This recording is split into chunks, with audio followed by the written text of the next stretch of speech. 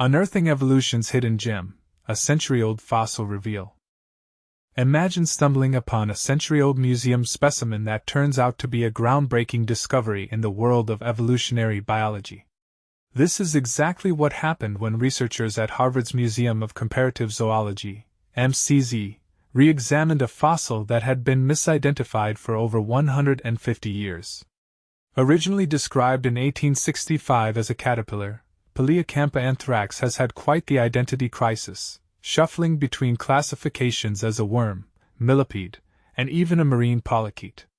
But in a stunning twist, researchers recently realized its true identity, the first ever non-marine lobopodian, a soft-bodied creature that bridges the gap between primitive worm-like ancestors and modern arthropods like insects and crustaceans.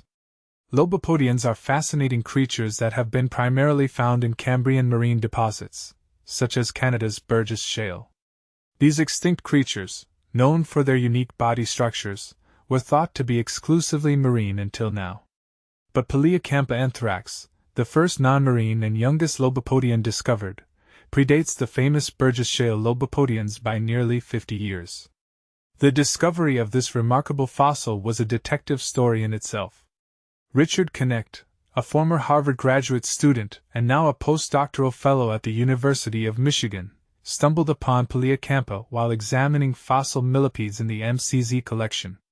Recognizing the distinctive legs on every trunk, he ruled out the caterpillar or worm classifications and realized it was a lobopodian. But to confirm this, the team needed more evidence. The researchers analyzed 43 specimens from two Carboniferous Lagerstadt and Mason Creek, USA, and Montceau-les-Mines, France, using advanced imaging techniques. They revealed exquisite anatomical features, including nearly 1,000 bristle-like spines covering the body. These spines, it turns out, were not just for show. Na-Fa Yu, an associate professor of physics at Columbia University, used Fourier-transform infrared spectroscopy, FTIR, to detect chemical residues at the spine tips. The results suggested that the spines secreted toxins to deter predators in the fossil's swampy habitat. But what's truly fascinating about Palaeocampa is its evolutionary significance. Its closest relative, Hadronax, is a Cambrian lobopodian from Greenland, nearly 200 million years older. While Hadronax was unarmored and navigated the deep sea using elongated frontal appendages, Palaeocampa was armored with a dense coat of spines and inhabited freshwater, possibly amphibious, environments. This discovery not only broadens our understanding of lobopodian diversity, but also raises intriguing questions about how many others made the leap from marine to freshwater, and how many more might be hiding, misidentified, in museum drawers. The discovery of Palaeocampa anthrax is a testament to the ongoing scientific value of museum collections. It reminds us that sometimes the biggest discoveries are waiting to be found right under our noses, literally hiding in plain sight.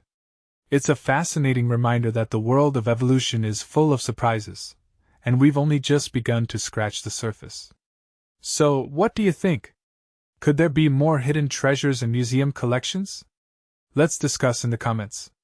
References: insert relevant journal article and other sources here. First freshwater lobopodian, the fossil that changed history, Palaeocampa anthrax discovery. For over a century, scientists were baffled by a peculiar fossil first described in 1865 as a caterpillar. What made this discovery even more intriguing was its constant reclassification: worm, millipede, marine polychaete, until recently, when researchers finally unveiled its true identity. This long misidentified fossil, Palaeocampa anthrax, has now been confirmed as the first known non-marine lobopodian to ever exist, according to paleontologists. But here's where it gets controversial. This finding challenges decades of assumptions that lobopodians, ancient worm-like creatures closely tied to the evolution of modern arthropods, were exclusively marine dwellers. To fully grasp the significance of this revelation, let's take a step back and explore what lobopodians are. These extinct, soft-bodied organisms represent an evolutionary bridge between primitive worm-like ancestors and the diverse arthropods we see today, such as insects and crustaceans. Most lobopodian fossils have been unearthed from Cambrian marine deposits like the famous Burgess Shale, including iconic species like Halicygenia and Aeschia pedunculata, discovered in 1911. Until now, they were thought to thrive only in oceanic environments. But this new research flips that narrative on its head. Led by University of Michigan paleontologist Richard Knecht, the team meticulously analyzed 43 specimens of Palaeocampa anthrax sourced from 2 Carboniferous fossil sites, Mason Creek in the United States and Montceau-les-Mines in France. Using cutting-edge imaging techniques, including backscatter scanning electron microscopy, SCM, and energy dispersive spectroscopy, the researchers uncovered remarkable anatomical details. One standout feature?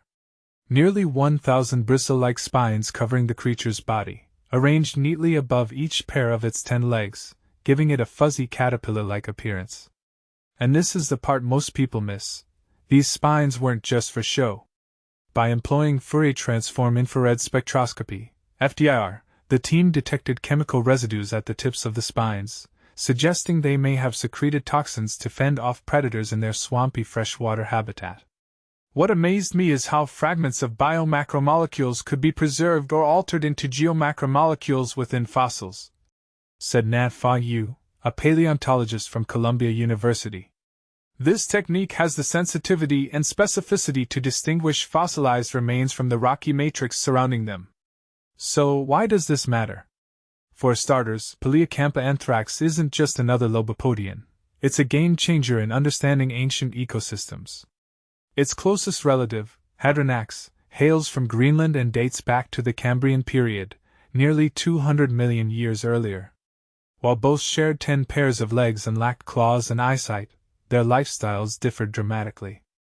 Hadronax prowled the deep sea with elongated frontal appendages, whereas Palaeocampa anthrax, measuring a mere 4 centimeters, adapted to freshwater environments, possibly even amphibious ones. Imagine a small, spine-covered creature navigating shallow inland streams surrounded by lush vegetation and prehistoric creatures like euthocarcinids and freshwater horseshoe crabs. The study also sheds light on the mysterious Montceau-les-Mines fossil site in France, once mistakenly classified as marine. According to Dr. Knecht, Mason Creek contains a mix of terrestrial, freshwater, and marine life forms, but Montceau-les-Mines, located hundreds of kilometers inland, shows no evidence of ocean influence. The reclassification of this site as nonmarine provides a rare window into ancient freshwater ecosystems, helping us piece together the puzzle of Earth's biodiversity during the Carboniferous period. This groundbreaking discovery not only broadens our knowledge of Lobopodian diversity, but also sparks new questions about their evolutionary journey. How many other Lobopodians successfully transitioned from marine to freshwater environments? Could there be more misidentified fossils hiding in museum collections, waiting to rewrite history? As Dr. Knecht pointed out, the conditions necessary to preserve soft-bodied organisms like Lobopodians are exceedingly rare. Most insights come from Cambrian Lagerstätten, but the Carboniferous period offers far fewer opportunities for such preservation, making every new find invaluable. Now, here's something to ponder. If Palaeocampa anthrax managed to adapt to freshwater ecosystems millions of years ago, what other hidden stories might ancient fossils hold? Do you think we've underestimated the adaptability of early life forms?